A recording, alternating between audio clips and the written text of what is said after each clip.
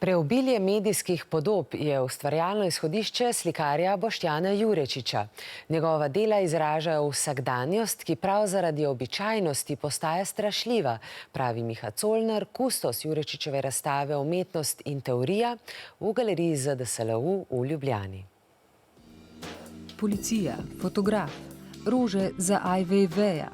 Jurečič motive in ideje za svoja dela najde v filmih, na spletu ali pa naključne podobe poišče v revijah in časopisih.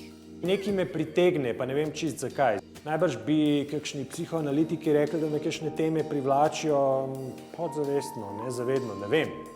Gre za razširjanje možnih motivov, ponavadi je glava ali pa portret nekaj takega klasičnega, to vsi poznamo, bla, bla, bla, ampak kako bi se dal naslikati dejansko kaj takega, kar je za današnji čas značilno z neko izrazito svežo slikarsko maniro. 2004 sem prišel do ene domislice, namreč gre za spiranje akrila z vodo, kar mi omogoča ravno to, da postavim na platno stvari, objekte ali pa ljudi, obraze, ne da bi to zares hotel. Da hkrati s tem, ko to hočem, obenem tudi sproti anuliram to svoje hotenje. In se potem stvari nekako same od sebe odvirajo. Več o Jurečičevem delu in razmišljanju lahko izveste prihodnji četrtek, ko bo v galeriji njegovo predavanje.